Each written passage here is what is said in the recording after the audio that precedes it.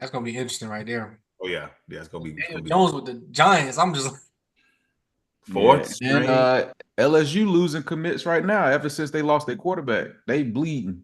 well, I know. Well, that's because the coach. That's on them. That's on him right there. Yeah. But they cut him today, Sean. They cut Daniel Jones. He cut. I saw Yeah. he went to fourth string. Yeah, they cut him. He had this speech yesterday, which sounds like a goodbye speech, and everybody was joking on him this morning, talking about something like, "Why you saying goodbye? Like you ain't got the rest of the season to be at least on the team." Right. Mm. The owner came out today, so they releasing him. Okay. Wow. I'm about to say, I that'd think be All I, right. I think I heard all his the guaranteed money is gone out of his contract, so it really ain't costing him no money now to let him go. right. Yeah, yeah. Wow. Not All a right. Brown. Well, hey, we live in this thing right now. Hey, anybody that's tuning in, it's Friday night. Thanks for tuning in. We're gonna go through some picks real quick. We're kind of doing this last minute. So just hey, bear with us and we'll get through it. Hey, for this first game we got coming up on Saturday is actually probably one of the more intriguing games because it could be a upset alert type of game with Lane Kiffin and Ole Miss going to Florida to take on the Gators, who have kind of pulled things around. DJ Lagway's playing fairly well right now. Ole Miss is walking in there as a 12-point favorite. I'm one of the people that believes this is going to turn out to be a closer game than a lot of people think.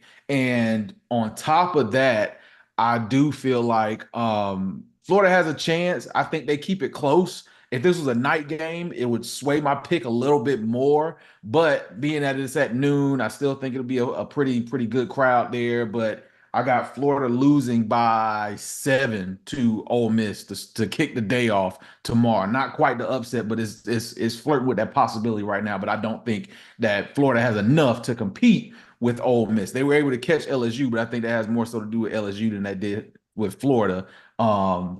But yeah, definitely I got Florida losing by 7 to Ole Miss tomorrow morning.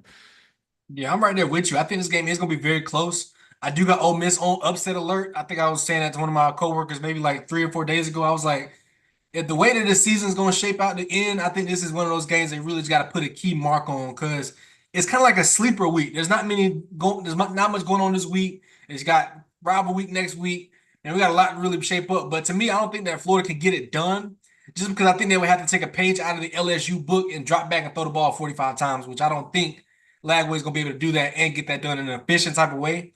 So to me, when I look at Florida, though, I'm extremely shocked. They're my shocking team of this year to me and what we kind of predicted them early in the season versus where they're at. I just got them losing this game. I got them losing by 10. I think they can keep it close in the first half, but I just think Ole Miss is too straight on a mission right now to drop this game. So I got Ole Miss by 10. Yeah, so this is usually that point in the season where Lane Kiffin does what Lane Kiffin does. Okay, I would not be shocked if he lost this game. I'm predicting a victory because of what the College Football Playoff Committee chairperson said on Tuesday night, and I can't quote him, but I'll paraphrase. I think style points matter. Style points are going to matter when it comes down to who they choose from these 4 or 5 two-loss SEC teams that's going to be vying for, probably 4 available SEC slots in the playoff. Lane Kiffin has a unique advantage here in the fact that he can play to the style points. He just cannot slip up and do what he always does. So, with all that being said, I got Ole Miss winning the game because of what's in front of them. Is Florida capable of beating them this weekend tomorrow? Absolutely, yes, they are. Lane Kiffin could slip up, but again, it's not going to surprise me. But I got Florida by 13. Sorry, Ole Miss by 13. Gotcha. Gotcha. I All right, thought, well, moving on hold to on, that's a that's a statement. yeah. Um, all right, next we got Georgia at home taking on UMass. They 42-point favorite. This should be a universal pick right here. Georgia's gonna roll at home. They are picking up some steam going into the end of the season, like a lot of people thought that they would. Um, I got them winning this one big, looking like the dominant Georgia that we know they're capable of being. Get into this game, get out. You're sitting right on that cusp of the playoffs. Just keep it rolling. Don't trip up. That's my all I got to say about this one. Yeah, I'm right there with you too. My more focus on this is for the future for Georgia. This game right here really don't matter to me unless they just don't show up to the game and have to forfeit it. That's the only way I can see them losing this one. But to me, it's all about Carson Beck. I just want to see another efficient game. He really surprised the hell out of me last week against Tennessee. I did not see that performance coming from him. And everything that we talked about with the criticism, to me, is still right in front of him, though, just because Tennessee was a must-win game, which Kirby Smart, to me, usually has his team ready for must-win moments, especially at home, especially at a night game. So to me, I thought that game was a coin toss on who would take it home, but he showed everything that he can be. I heard a guy, Mel Kiper, this week say that he might have dropped down to late second round talent based on his last couple of weeks of performances. And I'm just like, man, from where he was at the beginning of the season to where he is now, he's got to finish the season strong in Carson Beck. And I think he's going to be able to put together a good show for the next couple of weeks. Playoff SEC championship, that's going to be a bit of a challenge for him if they make it there. But Georgia's winning this one big by 20 plus. Oh yeah, Georgia takes this one really big. I almost hate it for him though because this is the time of the season where with everything we got going on with all the 2-loss SEC teams, the committee's looking. Mm-hmm. You're playing UMass now. You know what I'm saying? This is the wrong weekend to be playing UMass when you need to be playing a tougher opponent. So you got to beat the brakes off of UMass just to keep the committee's attention on you because all they see right now is you ain't playing nobody at all. So Kirby, you got to hang 50 on them. You're going to have to hang 50 and you can only give up 10 to 13 worst case scenario, and that's with your backups in the game. So come on now. If y'all want a seat at the table, you have to do what you need to do against UMass. Let's get it done. I hear you. So moving on to our next one, 1 o'clock. We got Tennessee at home taking on UTEP. Another one of these games where you get in, do what you need to do, win this football game. I'm more interested to see them get back in the mindset of finishing out this season strong. You do have to finish up at Vanderbilt for your last game of the season, which is a huge, huge, huge game. Vandy is still Vandy. I don't care what people say. We talked about them. They've had their ups and lows. They took some losses late and kind of fell off the wagon. It's still a successful season for them, but they're still a formidable opponent. Don't get caught looking ahead, which I'm sure they won't, but still, that's a game we're going to be talking about a little bit more next week. Oh yeah, and I'm right there with you too. But I'm kind of like on the opposite verge of where Shaw was with Georgia and UMass. I think Tennessee actually needs this game, coming off of what they went through last week, and kind of just getting their team back in a rhythm type of aspect, and really just getting Nico to the point. I think this might be his last opportunity to show who he really is as a quarterback this season. Otherwise, it might be too late. And I think in that Georgia game, man, it seemed like I was just waiting for him to make the play of the day. I was just waiting for that pass to be the dart I needed to see and be the person I thought he would be. And I just really haven't seen it outside of early this season. I think when he came out those first couple of weeks, man, it was a different type of quarterback. I thought he really would be on that Trevor Lawrence trajectory, but that has cooled off more than I expected it would be. So I really want this week to be a rhythm type of week. Let's get back in. Let's put up 70 on these boys, and let's really have some momentum going into Vandy because Vandy is going to be a tough test at home, and they're gonna have everything to lose going to Vandy, and Vandy's gonna have everything to gain in that game. So it's gonna be something we're gonna definitely have to preview closely next week. But Tennessee, y'all are still my national championship pick. I need y'all to step it up, get in the playoffs, get in the big moments, and be able to show up in big moments. Because I feel like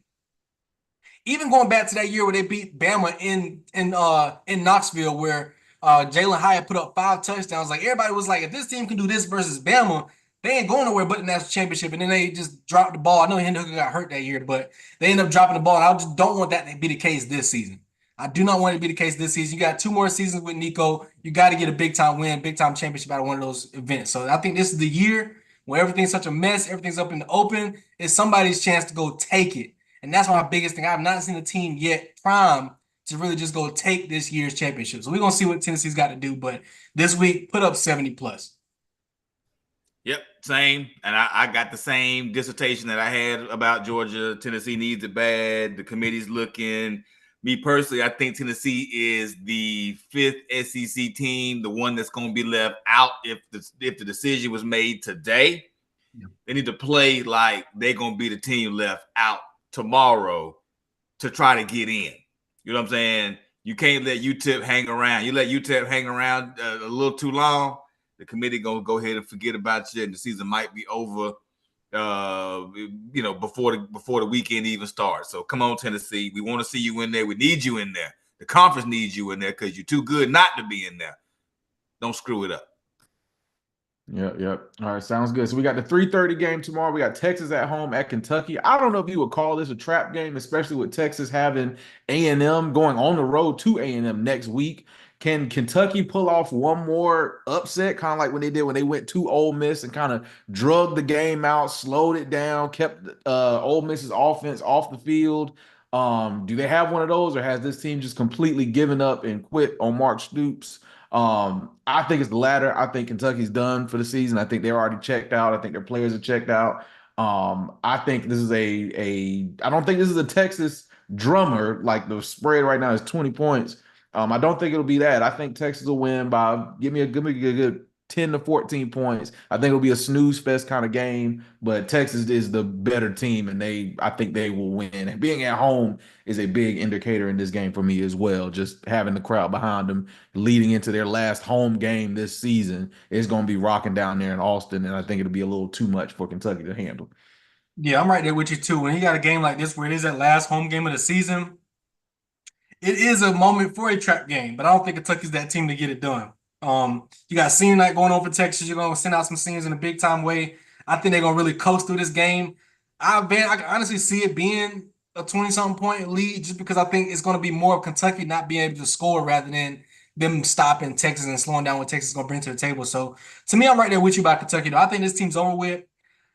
I've been saying that for weeks. I think we just need a new regime in Kentucky, something to just bring another pop, some more energy back to the state, and really just get to a point where we can get our team feasible. To the point where they can win some games, some big time games. I just haven't seen it from them this year, so we'll see what they got going on. Outside of Ole Miss, Kentucky's just not been the team that we thought they would be this year. So Texas, go finish whooping their ass, send them home crying. Man, listen, Texas is they're not a sexy team by any means. They're a good team. They're a solid team. But I don't think they're great at any one thing. You know what I'm saying? They do have two quarterbacks, but a lot of times they say, well, if you got two, you ain't got one. The defense is solid. I don't necessarily see I know they got Isaiah Bond out there as a wide out, but I don't really see like that dominant threat outside. I don't see any domination on the offensive and defensive line. Shit, Georgia came in and their defensive line completely obliterated their offensive line. They're well coached, right? I'm saying all this to say Texas honestly hasn't showed me anything yet this season. Only thing they really showed me is that a team that's got a dominant defensive line can dominate them like Georgia did. I'm not sold. Now, they're going to beat Kentucky. Next week, A&M could be a problem. We'll talk about it next week, but this game is in College Station, which is part of the reason why I'm saying this could really be a problem. But I'm not sold on Texas, man. They're going to get the win this week. As a playoff team, they don't win the SEC championship, and I don't care. I don't care whether it's Bama, Tennessee, whoever they play in the SEC championship game. They're not going to win that game. They're not going to win that game. Mark my words right now. They'll be there, but they will not win that game. They will be exposed again like they were against Georgia, and they'll be an early exit in the playoff, if you ask me. Early exit in the playoffs. Second round, whenever they play their first game, they're losing. It's over. This weekend, they'll beat Kentucky. Kentucky will show some signs of life, but they don't have enough horses to get it done. Can't wait to talk about this next weekend. Oh, yeah. All right, sounds good. Next game, we got 4:00. South Carolina at home taking on Wofford. South Carolina had a huge win last week taking on Missouri. Had to come back. I think you got into the second half and took your foot off the gas a little bit and let Missouri get back in it. But that's a resilient team that I have not seen a South Carolina team do in a long, long time. I think when that game was going on in the fourth quarter, really, in my opinion, I've seen South Carolina lose that game way too many times where somebody scores in the last minute and you got a minute to go score and we end up throwing an interception or just going turning over on downs and just not able to move it. I still have South Carolina as the team that's going to finish 2 spots outside of the playoffs when the season is over with, but they still have a lot to play for. This is an 8-win team. You've got a chance to win 9 next week at Clemson and possibly get to 10 wins under Shane Beamer with a bowl win. So this is huge implications going on. They'll take care of Wofford very easily. This will be one of those practice type games, which is what is needed for, especially for Lenore Sellers, who missed the one earlier this season after he got hurt against LSU. So this is his first really kind of no pressure. Let me just go out there, work on my craft, get ready for the next week with Clemson, and we'll get into that next week. But really looking forward to seeing what this team can do and how they look. They should go out and dominate. Don't play to the standard or play to the level of your competition. Go out there and dominate this game from beginning to end. And I believe they will do that in this ball game. Yeah, I'm right. I'm right there with you. I think South Carolina really should just whoop their ass. My biggest thing about South Carolina is, one of my coworkers is a huge South Carolina fan like you, Van, and he's just like, is there any way they can slip into the playoffs? Is there any No. possibility they can slip into the playoffs? And you're gonna need chaos to happen to be able to do that right there. But this game right here for South Carolina, I really just want them to get to a big time bowl game, maybe like a New Year's Six bowl, something like a top tier bowl game. Some teams fall off Yeah. in the next 3 weeks because you still got to think they sitting at fifth, 16 with rivalry week coming, Yeah. conference championship week coming. I Mm-hmm. can see them ending the season as a 9-8 Yeah. position team, in the Yeah. rankings. It might not be a playoff ranking, but I can really see them really kind of just slipping in there, slipping as one of the best 3-loss teams in the country. So I'm actually really trying to scuffle up some last minute tickets to get down to Columbia to go watch this game. I ain't been to a Carolina game in 2 years. I'm like, man, this will be one of the fun ones just to go out there, just see everybody just having a blast. It's a 4 o'clock game, now to lead to a night game. Willie B's gonna be bumping. It's gonna be way, way, way, way, way too much for Wofford to handle. And South Carolina's gonna win big. I gotta win it by like 20 to 30 points. Yeah. Oh yeah, man. Listen, it's gonna be rocking. It's gonna be a W. Listen, I am completely impressed with Carolina's coach, quarterback, defensive line. Listen, that all the ingredients are kind of there. It's just maybe a year or two. I don't want to say early, but they're very, very, very close to making themselves on the top end of the Southeastern Conference. They beating Missouri took them off of what I would call the middle Yeah. line and starting to edge them up. Whether they can do this consistently year in the year over year is going to be what they really going to have to do That's the for the question. coach to gain the momentum he needs, for the fans and the boosters to put money into the collective, to pay players, to get them to come to Columbia. But I do think that Beamer has the recipe for success. And it really all starts with his energy and his excitement level. He's somebody that if I was a high school kid choosing to play for a school here, there, whatever, I would enjoy playing for this guy because he really enjoys coaching football. Big win tomorrow. Carolina's got a lot to play for. Matter of fact, Carolina probably has more to play for than any other school in the conference that does not have a chance to make it to the college football playoff. And I want to see them act like it this weekend. Yeah. And I think real quick, just if you kind of contested this, I think the biggest thing that Beamer got going on was really getting that quarterback that can turn that notch to be able to becoming a playmaker, an elite playmaker at that, and not just kind of a game manager. To me, I always thought in the past, Carolina's had a game manager at quarterback and a lackluster defense of line and linebackers. That was always something I feel like they just always got beat in big time moments by those 3 positions right there. And they've solved those answers. He's solved those answers. And this to me is shocking how this team is playing right now. Like you said, this is up to you on how you keep this momentum going forward, not just this season, but next season. And I think South Carolina's going to be like a top 5 storyline next year if they can win out the rest of this year and what could be next season. So South Carolina, man, y'all have gotten on the radar. Let's continue keeping it going. Yep.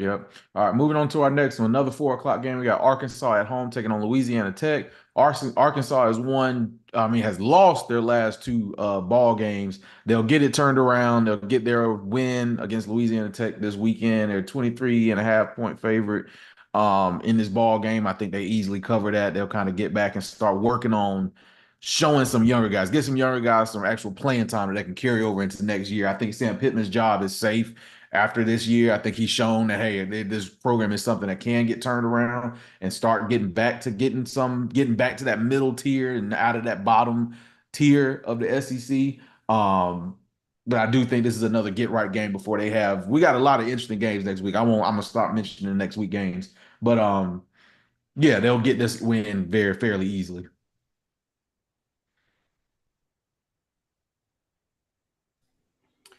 Man, look, if any school needs to keep their head coach, it's Arkansas. They need to keep Sam Pittman. I've been a fan of Sam Pittman. I think he's everything that Arkansas embodies. You know what I'm saying? Arkansas, I can't remember the guy. What's the guy's name?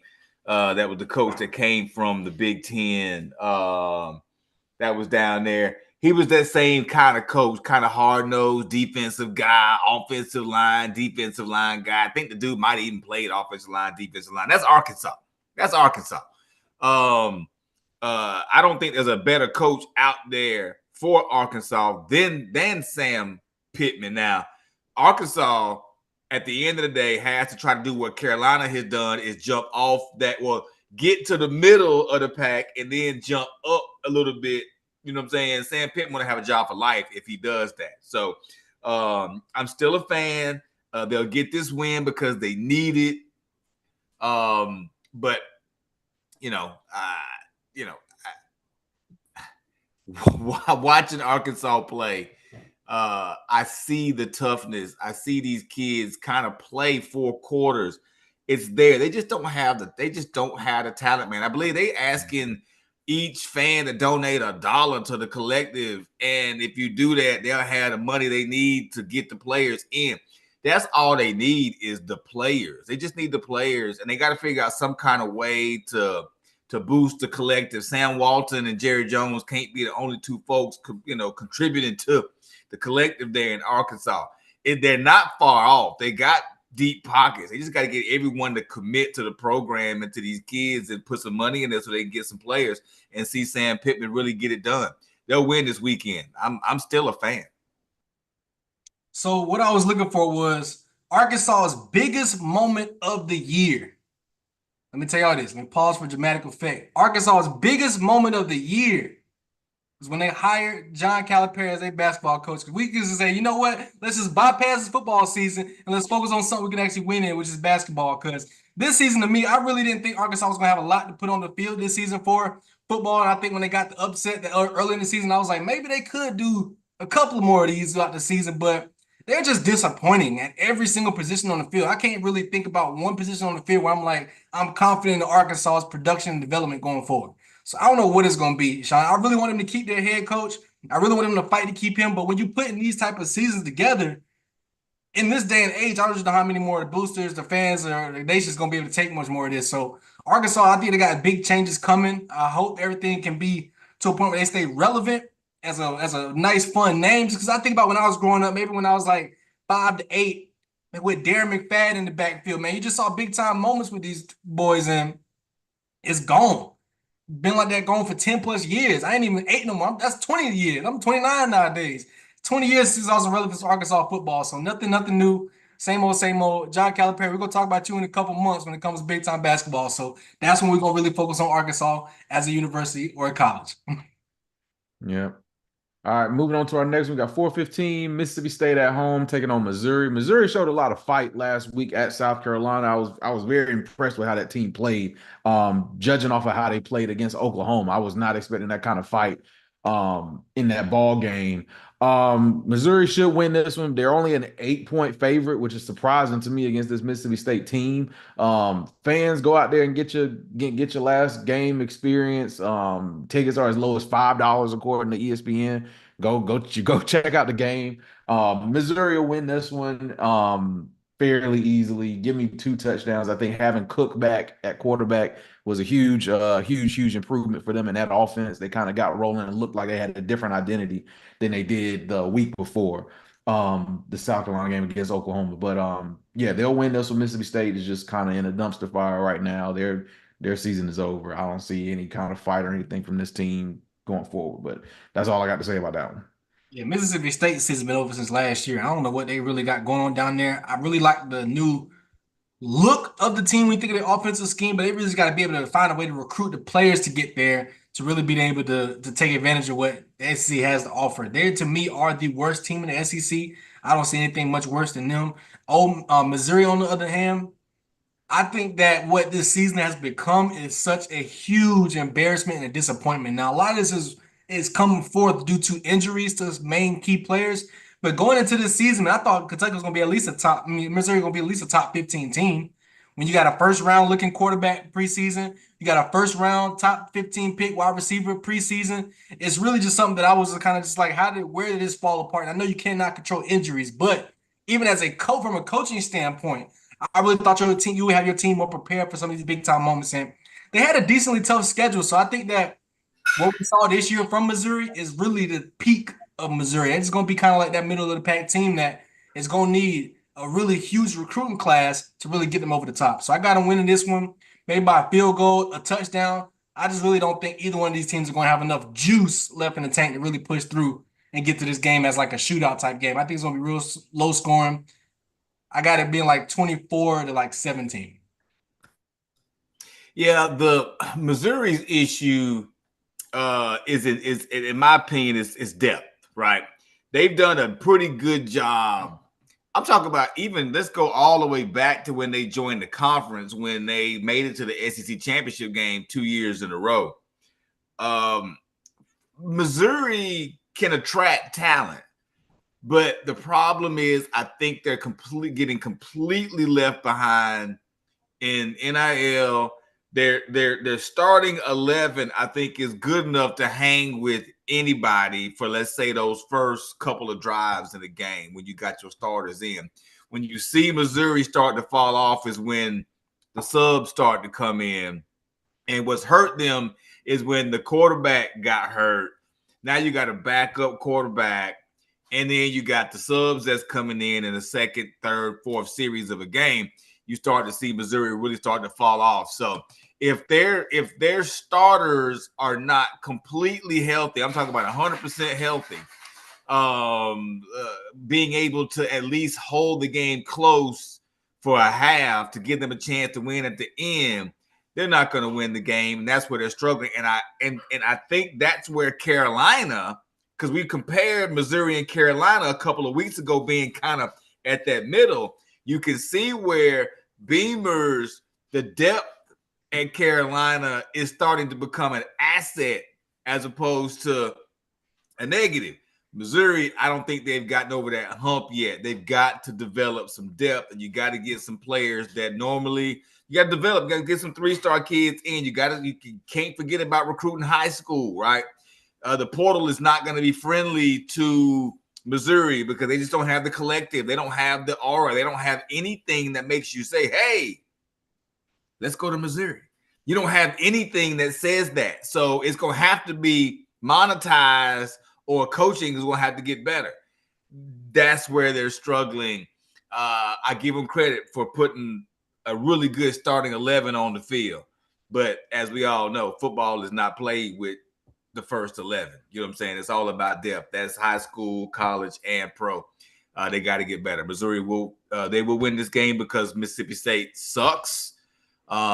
But I got to see Missouri work on their depth before we can even start talking about them making it off of this little middle level that they're on right now. Yeah. Okay, moving on to the next one. 7:30, we got Bama on the road going to Oklahoma. This should be a fairly easy game. I know Oklahoma's pride this year is their defense, but they just seem to have crumbled in this back half of the season. Alabama's a 14-point favorite in this game. I think we're going to see another game kind of like what South Carolina did to Oklahoma at Oklahoma type of ball game. Just from the jump of the ball game, I think it's going to be over. I think Bama's in a mode right now where they're trying to prove who they are, kind of the flash wins, like y'all were saying, for some of these other teams that are on the fringe of making the playoffs. How you look matters. And I think they're trying to shape things up right now to make the biggest case for themselves as they possibly can at the back half of the season. I got them winning this game easily. Give me over 20 in this one. I'd take that easy for this ball game. I think Oklahoma has nothing on offense whatsoever to even try to score against Bama. They're just in two different weight classes, and I think it'll show tomorrow night. Yeah, if it wasn't for Bama's defense, I would really kind of use this as a reverse rat poison type of moment because I think Bama's last two games of the season are extremely important. I think Mm-hmm. these are two teams that looking at record, looking at on paper, you're like, yeah, Bama's gonna walk through these teams easily, easily. But I think if Jalen Milroe has a bad game going to Oklahoma, that can really slow down his offense. Defense, I'm not really worried about. I think the defense right now is playing on the SEC championship, national championship, playoff type of level right now. I think there's something that as long as they can just communicate on the back end and keep the big plays to a minimum, everything will be good with him. But this game right here, these next two games to me are going to be all about Jalen Milroe and how efficient he can be as a quarterback. And are we going to see that middle season low that we kind of saw with him early in the middle of the season this year? And I think that they can really go in here and make a statement win. I really think this can be a statement win. But when you try to force a statement win sometimes, you trip up with your own shoestrings. And I think I think that's what we've seen from Bama a couple of times in these past couple of years is they lose games that they just really have no business losing. Could this be one? I think with the type of defense that they can put on the field with Oklahoma, I think it is a game where it can be close going into weird points of the game, kind of like the USF game where Bama just wasn't clicking on all cylinders, looking too far ahead. And with how Bama plays Auburn on a year-to-year basis, I do not want them to look to next week. We're gonna talk about that when that week comes. But for this game right here, Bama, I need a 20 plus point win. I need that. It's got to happen this game. Just keep momentum going, flying high. Yep. Again, the committee is watching. You are a two-loss SEC team that actually has if you win out, chances are we're going to be in the SEC championship game beating Texas, right? So much to play for. Can you imagine this Bama team as bad as we was talked about early in the season? We took that first loss to possibly having a first round bye in the playoffs. So what's going on here in Alabama as far as the media and the news and all the hoopla, whatever's concerned is folks talk about some, well, maybe it's going to be a better idea if we don't make it to the SEC championship game. Man, screw that. You want to go. Go. We want to go to Atlanta. You know what I'm saying? It went out and beat the hell out of Texas and go into that as, you know, the first or second or third seed in the thing and let everybody come to you. And I think that's where Debo is with his team. They're playing good enough now. The offensive play calling is good enough now. Maybe they figured out all the stuff that they did wrong during the season or whatever, but you were in prime position. You, Alabama, are the team that everyone here especially is looking at and saying, hey, you know what? I think we actually could be the best team in the country based on how we're playing today and how Milroe's playing today and how the defense is playing today. Last 2 or 3 games, man, we ain't gave up many points and we played decent team. You know what I'm saying? I think they done figured a few things out. It's just got to translate in Norman. So I'm going to hold judgment, reserve judgment until we see what happens after this game.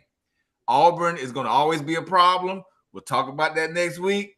But Bama's probably got one of the more critical stretches last 2 games of anybody else in the country that's needing 2 convincing wins to ensure your spot in the college football playoff. 100%. I got you. All right, so 7:30 game. We got Auburn at home taking on A&M. Texas A&M is only a 2.5 point favorite in this game. I don't know how. I'll tell you right now, I understand you got Auburn. I understand you got their environment and they're good to scare somebody once or twice a season right now. But you're looking at an A&M team that's still, even with their losses, they're not a bad football team. This is an offense that even in their losses, they can score points. They score points a lot. And you're asking, and this question for this game is, do you feel like Auburn's defense can stop A&M? And at the same time, can Auburn score with A&M? That is a question I say no, they cannot. Auburn is not a team right now that can score points right now on the football field. And so with that being said, Texas A&M should get this one easily. I know the coach slipped up this week about talking about where our focus is on Texas. Oops, I mean Auburn. You know, they this is a null and void kind of game. This is kind of a get right game coming off of a I think that they just come off of a bye. I believe so, but still, this is just a get right game for them. They'll go down and get Auburn. Like I said, we've talked about this before, whether this is the end of the Hugh Freeze era for Auburn right now. We can get into that closer to the end of the season, but Texas A&M wins this one comfortably. Get that 2.5 out of here. This will be a blowout kind of game. Yeah, I'm right there with you. I think Auburn doesn't have anything left in the tank.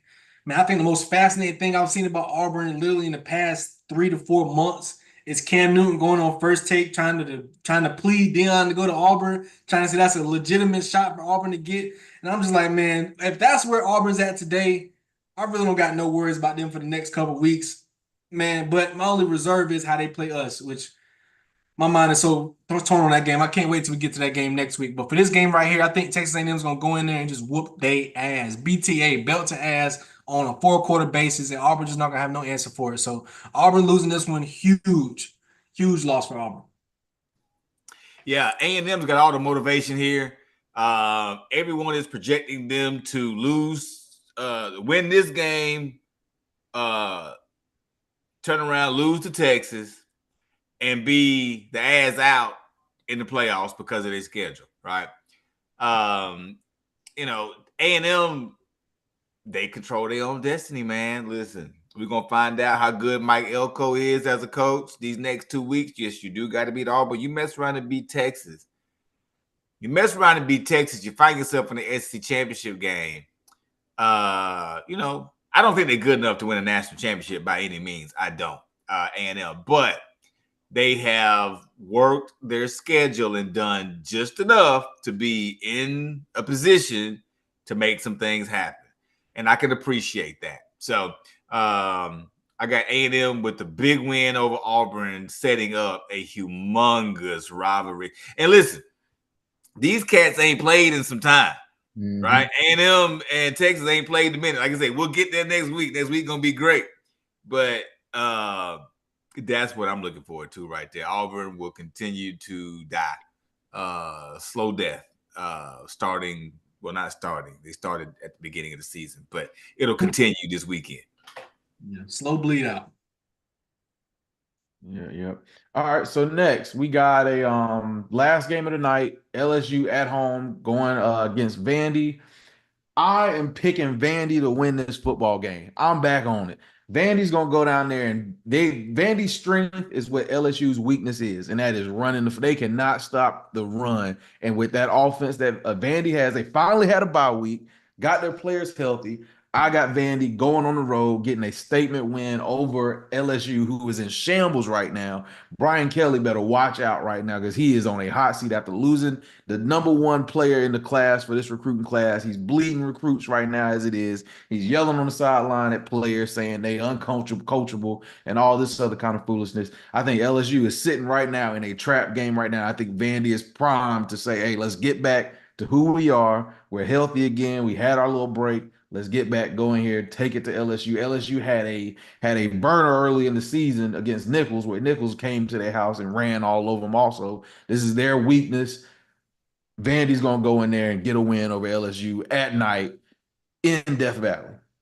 Yeah, I'm right there with you. I think LSU's gonna lose this game, and I think they're gonna lose their program after this game. I think if they lose this one right here, their 2025 recruiting class is just over and done with. And man, I think when you really look at the fall of Brian Kelly, it's something that needs to be studied. It's something that really needs to be studied with this team right here. Just because, man, this team was really primed for position what they were with the last 2 years with Jaden Daniels. And coming this year, having the start they had, I really was like, okay, maybe he does have something cooking in Baton Rouge. And now it's just at the point now where it's just like, hell no. You're not the right cook. You're not the right coach. I don't know what you right for, but going in there just running your mouth and making you look yourself look embarrassed.